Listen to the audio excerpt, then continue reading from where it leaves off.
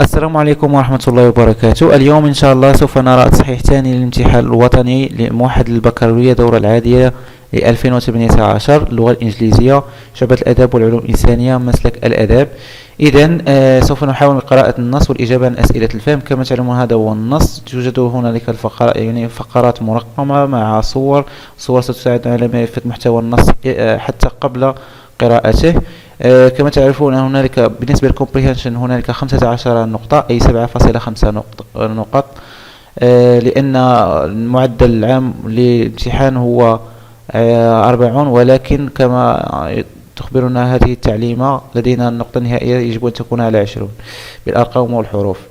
إذن بالنسبة لمكون اللغة كذلك هنالك 15 نقطة أي 7.5، بينما مكون التعبير والإنشاء أي writing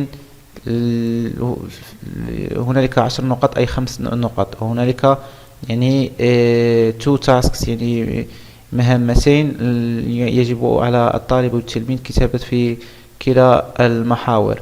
إذن سوف نرى النص، سوف أحاول قراءة النص وشرحه في نفس الوقت.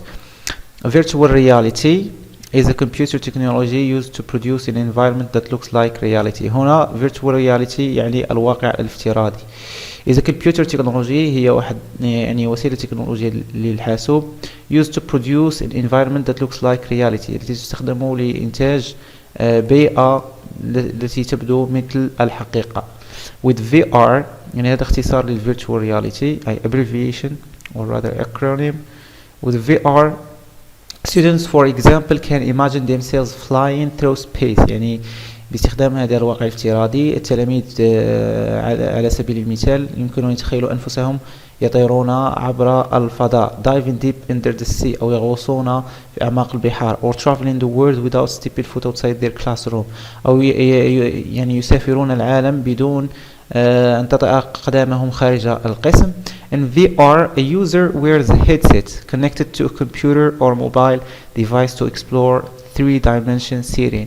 يعني في الواقع الافتراضي المستخدم يرتدي headset هو هذا الجهاز كما ترون. يمكن أخذ هذا الجهاز ووضع الهاتف أي سمارت فون هنا and this apparatus as well. So anyway, connected to a computer يعني مربوط بحاسوب or mobile device أو جاهز أو هاتف to explore 3-dimension setting explore أي استكشاف أو اكتشاف 3-dimension setting يعني we say even in Arabic 3D. The user can move around in the space يعني المستخدم يمكن أن يتجول أو move يعني يتحرك في الفضاء. Sights and sounds seem real يعني المناظر والأصوات تبدو حقيقية. Some say that VR experience feels like jumping into video game يعني البعض يقول أن تجربة الواقع الافتراضي تبدو مثل القفز إلى يعني إلى لعبة الفيديو.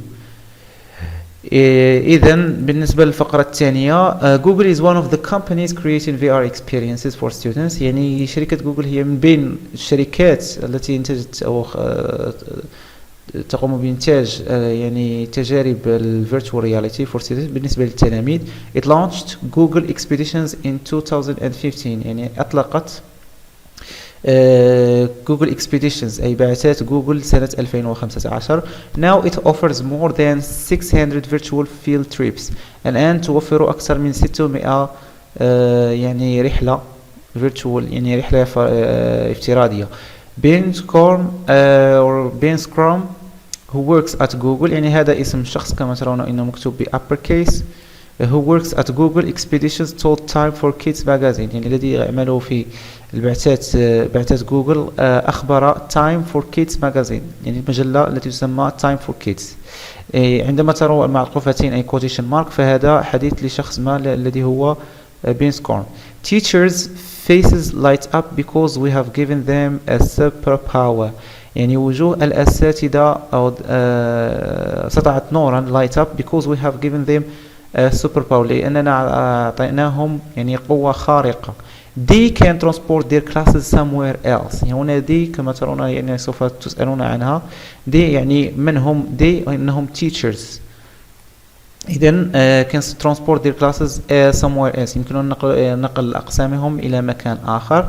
3 كاتالين فلانجين 12 years old. يعني شخص مسمى كاتالين فلانجين 12 years old يعني عمره 12 سنة used VR to jump to the surface of the moon. يعني استخدم VR للقفز على سطح القمر. She also visited Jupiter and Mars. يعني زارت كذلك جوبيتر ومارس يعني كواكب فضائية. It was so cool and so lifelike. كانت جد رائعة وجد حقيقية. She says كما قالت هنا. يعني هذا حديث مباشر كلام مباشر لكارتين فلانجان.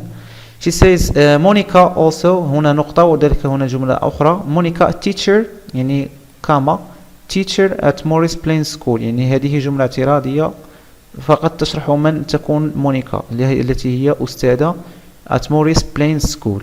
says قالت her students loved the experience. يعني تلاميذها أحبوا التجربة. والآن هي تخبرنا عن ذلك. I think they enjoyed it so much because it's different from watching a video. أعتقد أنهم استمتعوا بها كثيرا لأنها مختلفة عن مشاهدة الفيديو. It broadens what I teach them. توسع ما أدرسهم. She says قالت كريستيان يعني شخص آخر اسمه كريستيان الذي هو who works for VR company الذي يعمل في شركة يعني virtual reality الواقع الافتراضي. says قال VR can also be used to teach real world tasks. يعني يمكن لل VR أن تستخدم لتدريس يعني مهمات واقعية. people can learn how to fight fires. يعني الناس يمكن أن يتعلموا كيف يمكن إطفاء أو إخماد الحرائق or to become doctor أو لكي يصبحوا يعني أطباء. VR experience يعني تجربة ال VR is safer way to learn treat patients. يعني هي تجربة آمنة للتعلم كيفية استشفاء أو يعني استشفاء المرضى. تشين told TFK magazine أخبرت جون تشين المجلة تسمى TFK. paragraph number 4 research suggests that يعني البحث suggests يعني يقترح أن that virtual reality could reach 15 million students by 200 or 2025. يعني يمكن أن تصل إلى 15 مليون تلميذ قبل سنة 2025. In a research conducted by TFK magazine في بحث منجز من طرف TFK magazine nearly 70% of school administrators have positive view of VR in the classroom. يعني تقريبا 70% من يعني إداريي المدارس لديهم نظرة إيجابية حول يعني virtual reality يعني الواقع الافتراضي in the classroom في الأقسام أو في القسم. of those who do not have VR in their school. يعني من بين أشخاص الذين لا يمتلكون ال VR في مدارسهم أو جهاتهم almost half say that they are very interested in using it in different subjects in the future. هم مهتمون باستخدامها في مواد مختلفة في المستقبل. however لكن not everyone is excited about VR. ليس الجميع متحمس حوله أو بالVR. some people are concerned about its effects on kids' eyesight. يعني بعض الأشخاص هم قلقون حول تأثيراتها عن يعني نظر الأطفال. دكتور مارتن بانكس يعني الدكتور مسمى مارتن بانكس الذي هو a professor of visual science at the University of California يعني طبيب للنظر في يعني النظر في جامعة كاليفورنيا. says قال we are looking for evidence but so far we haven't found any. however Dr. Banks يعني نحن نبحث عن يعني evidence نقول evidence الذي يعني دلائل أو أدلة but so far ولكن حتى الآن we haven't found any لم نجد أي شيء. however Dr. Banks has found proof of discomfort. لكن دكتور بانكس وجد يعني حجة أو proof of discomfort يعني الأرق أو عدم راحة. It can lead to headaches and nausea in small number of people. يمكن أن تؤدي إلى صداع الرأس أو nausea أو الغثيان in small number of people في عدد قليل من الناس. he adds كما أضاف. Paragraph 5 VR can also be costly يعني تكنولوجيا ال VR يمكن أن تكون مكلفة costly. The best headsets costs more than $500 يعني أحسن الأجهزة يعني هذه الأجهزة تكلف أكثر من $500 أي ما يعادل بالدرهم المغربي 5000 درهم مغربي أي 100,000 سنتيم.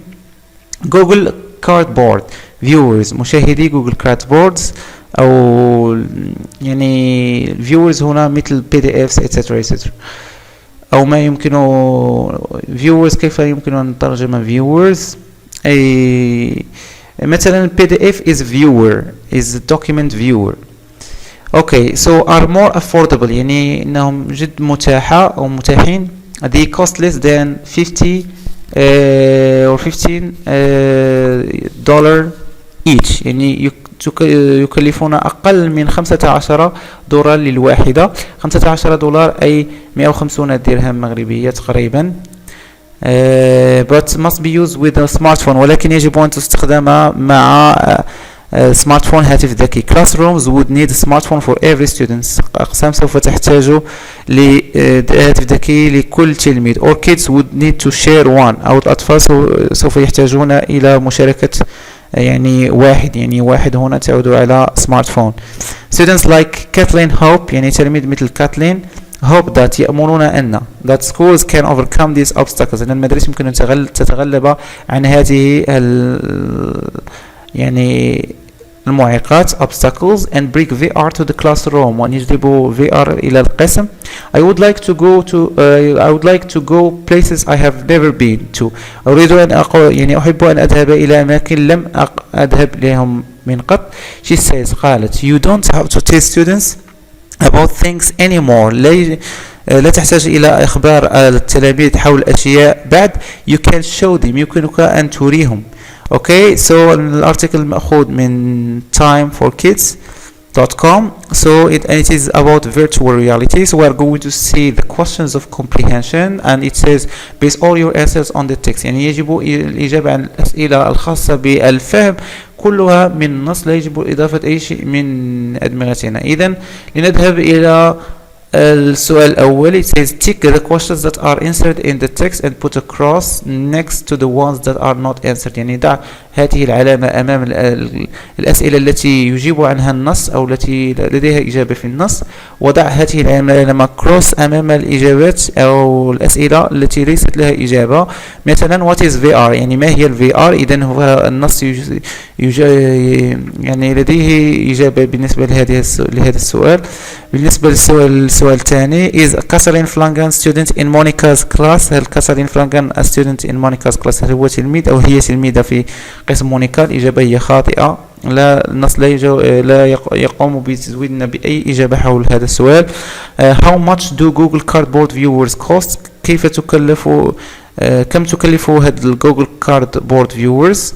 yes يعني true we can put tick. and what places did Catherine visit in her VR experience؟ أين يعني ما الأماكن التي كاتالين زارت في تجربتها الافتراضية؟ نعم فالنص يخبرنا حول ذلك. إذا ذهبنا للنص سوف نجد الأماكن هنا مثل she also visited Jupiter and Mars. okay so let's move to 3. when did TFK conduct research about VR؟ so أين قامت TFK بالقيام بالبحث حول VR؟ لا نعرف أين سؤال فقط يعني متى. okay when هي متى لا نعرف متى قامت هذه المجلة بالبحث. إذن فيمكننا أن نضع cross هنا. okay so B are these statements true or false؟ justify هل هذه العبارات صحيحة أو خاطئة على إجابتك. Google made it possible for students to have access to virtual reality يعني جوجل جعلت ممكنة للتلاميذ بأن يقوموا بالولوج إلى العالم الافتراضي. yes true and we can say that Google is one of the leading companies which make it possible for that. it launched, we can put justification like this: it launched expedition 2015, or even better justifications. Okay, so the VR company, etc. Here, for example, you can learn it from this teacher and other teachers. Okay, but as the right answer for this question, we can say that Google is one of the companies creating VR experiences for students. Question number 2. Beanscorn is a teacher. So where is Beanscorn? هنا قمت بقراءته هنا. Beanscorn is a teacher. So here, so who works at Google Expedition, يعمل في بعثة جوجل. إذن ليس هو بأستاذ. إذن the question is, or the statement is false, and we can put this as justification. Okay, and let's move to another question. Here we have school administrators disagree with the use of VR at school. يعني مديرو المؤسسات ومسيرو المؤسسات لا يعارضون أو لا يتفقون مع استخدام الواقع الافتراضي في المدارس. We can say it's false because nearly 70%، كما هو الحال هنا، nearly 70% of school administrators have positive view VR in the classroom. يعني أكثر من النصف، أي more than the majority. Okay, so أو الأغلبية. Okay, so here we move to question C. Choose the right answer. اختر الجواب صحيح. السؤال الأول: without stepping foot outside their classroom, paragraph 1 means، يعني بدون أن تضع أقدامهم خارج القسم، تعني without leaving their classroom، يعني بدون مغادرة القسم، أو without getting into the classroom، بدون دخول إلى القسم، أو without making noise in the classroom، بدون خلق الضجيج في القسم. إذا الإجابة صحيحة without leaving their classroom، بدون مغادرة قسمهم. teachers faces light up، يعني تضيء يعني وجوه الأساتذة. means here it means teachers get confused، يعني يشعرون بالارتباك، أو teachers get worried أو القلق، أو teachers feel excited، يشعرون بشعور جيد. هنا excited كما قلت لكم يعني الإثارة، إذن الجواب هو يشعرون بالإثارة. complete the following sentences، أتمم الجمل التالية. doctors haven't yet found any evidence of، يعني doctors haven't yet found any evidence of what? evidence of the effects of of the effects or the discomfort of this VR. Okay, here, so here it's not the discomfort, sorry, but it's not the effects of its effects on kids eyesight، يعني تأثيرات هذه ال VR على يعني عيون الأطفال أو نظر الأطفال. Okay, so now we have next question are some of the health problems of using VR. يعني هنا بعض من المشاكل الصحية لاستخدام ال virtual reality. So ما هم هذه المشاكل الصحية؟ Okay, so we have headaches، صداع الرأس، nausea يعني الغثيان، and discomfort أرق. Okay, so let's move to find in the question A, find the text words that mean almost the same as. أجد في النص كلمة التي تعني مثل. started paragraph 2 يعني بدأ في الفقرة الثانية. إذن الفقرة الثانية هنا تعني launched يعني أطلقت Google Expeditions. وكذلك expensive في الفقرة الخامسة. كما قلت لكم expensive means costly أي مكلف. Okay, so now let's move to question F. What do the underlined words in the text refer to? على ماذا تعود الكلمات المسطر عليها في النص؟ كما قلت لكم D paragraph 2 1 paragraph 5.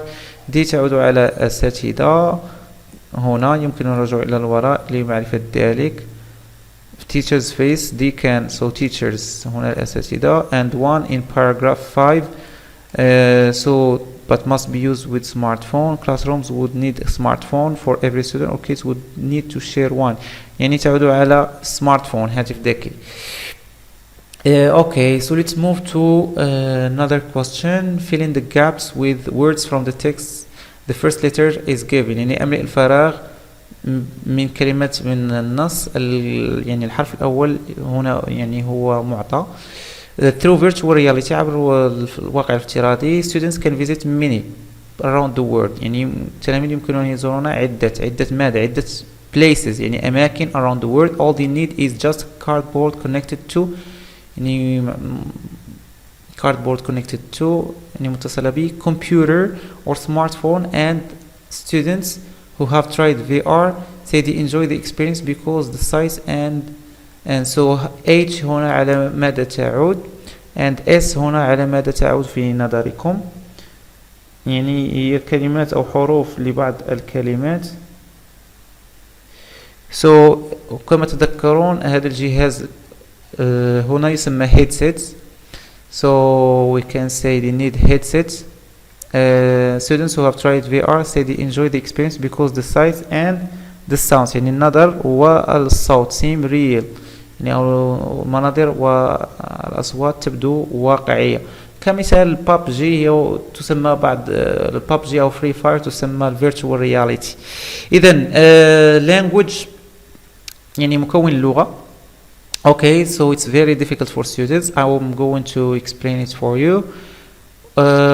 fill in the blanks with the appropriate phrasal verbs يعني يملئ الفراغ باستخدام phrasal verb الملائم. هنالك look up يعني يبحث. search look out يعني يخرج من حاسب أو شيء من هذا القبيل. apply for يعني يقدم طلب إلى أو مثلا إلى عمل. fill in يملأ and log on يعني يلج حاسب أو شيء من هذا القبيل. إذن why don't you that job I think you have the required qualifications. لماذا لا تقوم بشيء ما ذلك العمل؟ أعتقد أنك تمتلك qualifications يعني أي المقومات أو كفايات المطلوبة. so why don't you كما تعلمون هي apply for. you need your username and password to your Facebook page. تحتاج إلى اسم مستخدم وكلمة المرور للولوج إلى صفحتك على الفيسبوك. إذن to log on to your Facebook page give the correct form or the words in brackets. هنا يمكن أن نقول log in better. I don't know the used log on. okay so B give the correct form of the words in brackets. أعطي الكلمات أو الشكل الصحيح للكلمات بين معقوفتين أو بين قوسين. هذا درس خاص بالprefixes and suffixes يعني البادئات والنواهي يعني النهايات في الكلمات. okay how to transform a word into different categories. so Morocco's invest in renew energies. so أقول Morocco invest هو الاستثمار. أريد أن أحول هذه الكلمة إلى اسم. سوف أقول Morocco's investment. سوف أقوم بإضافة MENT in renew energies يعني الطاقات المتجددة renewable energies I add EBLE has proved to be benefits يعني استفاد يعني مفيدة هي beneficial for the economy يعني أضيف IAL for the economy and the environment. this is a good example of sustained development يعني التنمية المستدامة sustainable development. okay so fill in the gaps with the appropriate words from the list يعني أملئ الفراغ بالكلمات الملائمة من اللائحة. ought to يعني تعني يجب يعني نستخدمها في النصيحة. shouldn't لا يجب. needn't لا يحتاج مثلا. would سوف في الماضي. can't لا أستطيع مثلا. so it might be my little brother who wrote that he doesn't know word in English يعني شيء فراغ أخي الصغير الذي كتب ذلك هو لا يتحدث اللغة يعني كلمة ولو كلمة بالإنجليزية. إذن سوف أقول لا يمكن أن يكون أخي الصغير من كتب ذلك. so it can't be my little brother. so أقوم باستخدام can't for certainty. okay this is another use of can instead of disability or inability or ability etc. ليلى see her doctor يعني ليلى زارت طبيبها. otherwise her headaches will get worse أو أن يعني ألم صداع الرأس سوف يكون أكثر سوء أو أسوأ. so ليلى سوف أقول ليلى out to visit يجب أن تزور أو طبيبها to see her doctor. question D put the verbs in brackets in the correct form يعني ضع الأفعال بين قوسين في الشكل الصحيح. okay so this is like a letter and we have to conjugate these verbs يعني هذا يخص الأزمنة ويجب أن نعرف الأزمنة من سياق الجمل وبعض الكلمات المفتاحية مثلا بعض time indicators مثل yesterday etc. okay. so مثلا dear mom أمي العزيزة I hope you are fine. أمل أن تكوني جيدة وبصحة جيدة. I read your email yesterday. قرأت رسالتك البارحة. سوف read لا تتصرف لا يتم تغييرها في الماضي، لا نقوم بأي تصريف، وبالتالي تبقى كما هي، لأن الزمن هذا هو الماضي، وتبقى read لا تتغير في كلا الزمانين، في simple present simple past وحتى في simple past participle. You seem to be worried. تبدون قلقة. well حسنا. now I stay. الآن أجلس with one of my friends مع واحد من أصدقائي because I not get any answer from the university yet. حيث لم أحصل على أي إجابة من الجامعة بعد. إذن سوف يقول now. أنا عندما أقول now يعني الآن، فهذا ال present progressive أو present continuous أي المضارع المستمر، أي شيء يحدث الآن ويستمر. سوف أقول now I am staying with one of my friends، يعني I am plus stay plus verb ing. okay. so because I not get any answer from the university yet بعد، يعني هذه yet تستخدم في ال present perfect الذي هو subject plus have or has plus verb in past participle. سوف أقول because I have not got any answer from the university yet. I hope that by the end of this month. أمل أن قبل نهاية هذا الأسبوع أو هذا الشهر عفوا، يعني هنا by تستخدم مع الأزمنة تعني قبل before. by the end of this month I move to my own room on the campus. سوف أكون قد انتقلت إلى غرفتي في المركب الجامعي. إذا سوف أقول هنا by the end of this month تستخدم مع future perfect أي subject plus will plus have plus past participle. so I will have moved to my own room on the campus. take care mom. okay. so now we move to question A. correct the underlined mistakes. قم بتصحيح الأخطاء المسطر عليها وتحتها سطر. so to avoid obesity لتجنب سمنة doctors advise people not يعني not to sit. عوض جيران سوف أضع not to sit in front of TV for long hours، يعني أمام التلفاز لساعات طويلة. plastic bags يعني الحقائب البلاستيكية والبلاستيك بصفة عامة are no longer using for shopping in Morocco. لا تستعمل بعد في التسوق في المغرب. سوف أقول لا تستخدم هذا الباسيف voice are not longer used. سوف أضع ed used. that's it. your computer wouldn't have been infected يعني حاسبك لم يكن قد أصيب بفيروس if you install powerful antivirus. إذا قمت بتثبيت مضاد فيروسات قوي. إذن هنا الإجابة يعني يجب التركيز على أي من هذه البنيات قمنا بدراستها في خلال السنة الدراسية. هذا يذكرنا عندما أقول if يعني conditional type 3، وبالتالي أقوم بتطبيق أوتوماتيكيا قاعدة conditional type 3. كما تعرفون في سؤال شرط وجواب الشرط نضع if plus subject plus had plus past participle and في يعني في هذا فيما يسمى بالif clause and في جواب الشرط نضع subject plus would أو could أو should أو must plus have past participle. so if you had installed the powerful antivirus your computer wouldn't have been infected. so this is the correct answer. so if you had installed. إذن question C match each expression to its appropriate function يعني ربط كل عبارة ب يعني وظيفتها الملائمة. يعني هذا السؤال سهل، يجب فقط التركيز على الجمل. why don't we check this website for more information. لماذا لا نقوم ب يعني زيارة هذا الموقع أو بحث في هذا الموقع لمعلومات أكثر.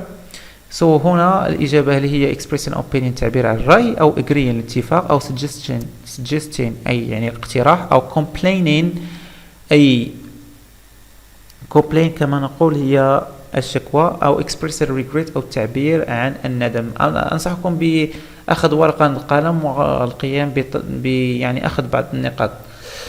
إذن سوف أقول why don't we أي هنا أقوم بالاقتراح، وبالتالي فالإجابة هي suggestion. if only I had told my teacher about my absence before. ليتني لو أنني خبرت أستاذي حول تغيبي من قبل. إذن هنا الإجابة هي حسرة وندم أي express regret.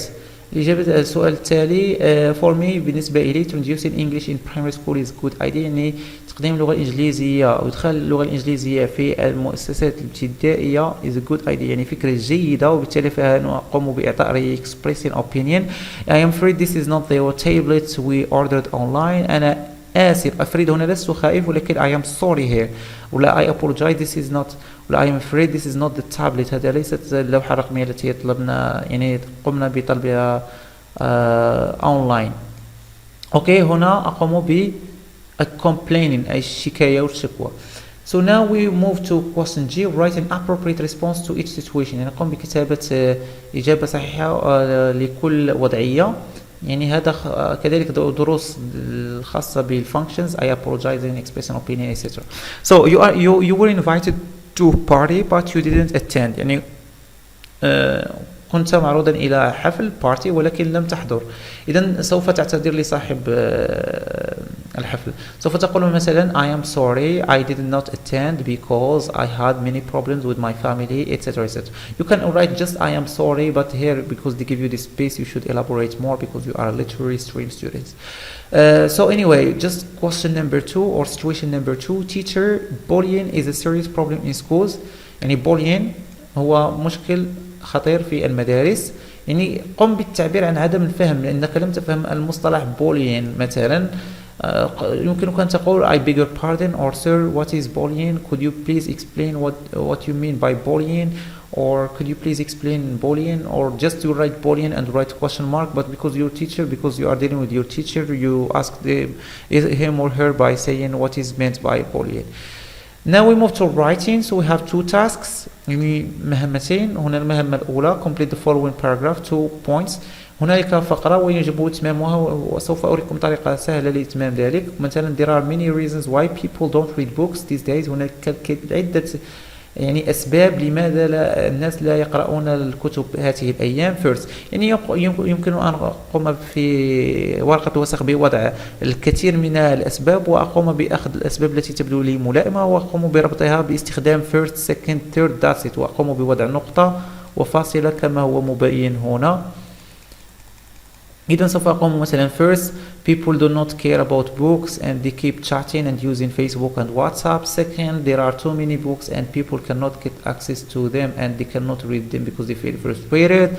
مثلا third, people just don't care about reading these days and that's it. وسوف تأخذ النقط الخاصة بهذا يعني بهذه المهمة. إذا المهمة الثانية Save Our Planet Magazine يعني إنقاذ الكوكب يعني مجلة إنقاذ الكوكب is inviting students to suggest ways to preserve the environment. يعني تدعو تلاميذ لاقتراح طرق للحماية أو للحفاظ على البيئة. Write an article suggesting how to protect the environment. يعني قم بكتابة مقال تقوم فيه باقتراح كيف يمكن حماية البيئة. 6 نقط. هنا يجب أن تقوم بكتابة الانترودكشن body and conclusion مقدمة عرض خاتمة. سوف أريكم نموذج للكتابة. So we can say the following. There are many ways to preserve the environment. هناك عدة يعني طرق لحماية البيئة. We suggest the following. نقترح الطرق التالية مثلا وأقوم مثلا في الوثق أقوم بتصنيف هذه الطرق. مثلا غرس الأشجار planting trees, cleaning the school يعني تنظيف مدرسة, not wasting water عدم تضييع الماء, not polluting the air, not throwing garbage عدم رمي الأزبال, using bicycles أي clean energy etc etc. عندما أقوم بوضع علامات مثل هذه أقوم بفقط تنسيق بينها في فقرة. أقوم باستخدام الأدوات ربط مثل first second third أو in addition moreover furthermore etc. So سوف أقول the first way to protect the environment is to plant trees يعني الطريقة الأولى لحماية البيئة هي عبر غرس الأشجار. The second way to protect the environment is to use clean energy. الطريقة الثانية لحماية البيئة هي استخدام الطاقة النظيفة إلى غير ذلك. فقط 3 أفكار واضحة هذا يكفي. لا تقوموا بالتعمق في الكلمات أو كتابة جمل طويلة هذا سوف يجعلكم تقومون بأخطاء لغوية مما سيؤثر على النقط التي ستحصلون عليها. in conclusion وكخاتمة أو all in all ولا or in general ولا in brief we should protect the environment through these ways. يجب حماية البيئة عبر هذه الطرق. That's it. So this is the exam in general. If you have any questions just try to ask them below. See you in another video inshallah.